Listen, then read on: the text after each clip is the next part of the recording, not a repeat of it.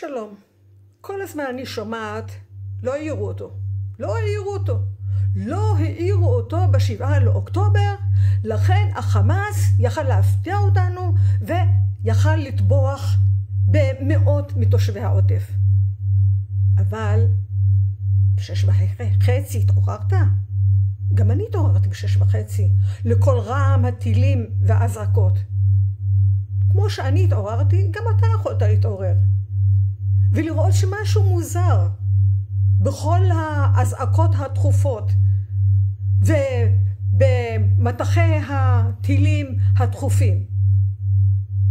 מה עשית? אתה הרי הראש, אתה נבחרת, אתה מר ביטחון. אז מה עשית? כינסת את הקבינט?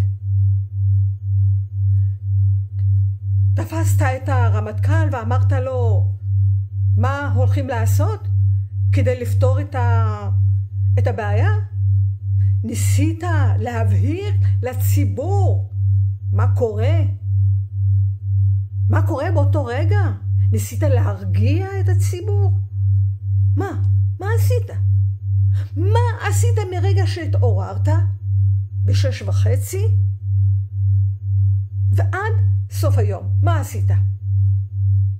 למה כינסת את הקבינט רק בשעה 4 אחרי הצהריים? למה? בין 6:30 עד 4 יכולת להזיז הרים ולעקור אותם.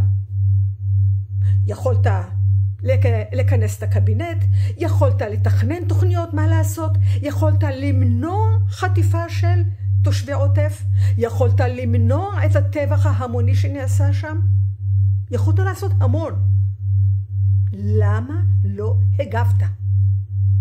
מה, לא היה אכפת לך מהם? לא דאגת להם? הם לא עניינו אותך? הם שעממו אותך? למה לא הגבת? למה חיכית?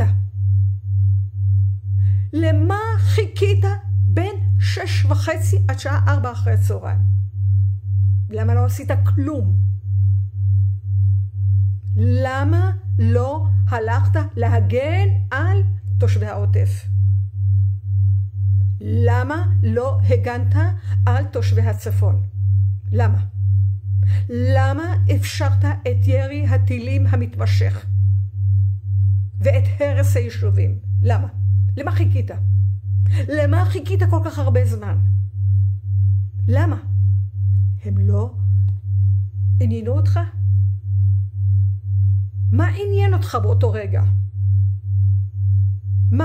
מה עניין אותך באותו רגע? לקחת את יועצי התדמית שלך כדי להתחיל לספר סיפורים? את גבורתך ואת מה שעשית וכמה האחרים אשמים? מה אתה עשית כדי להציל את המצב? מה?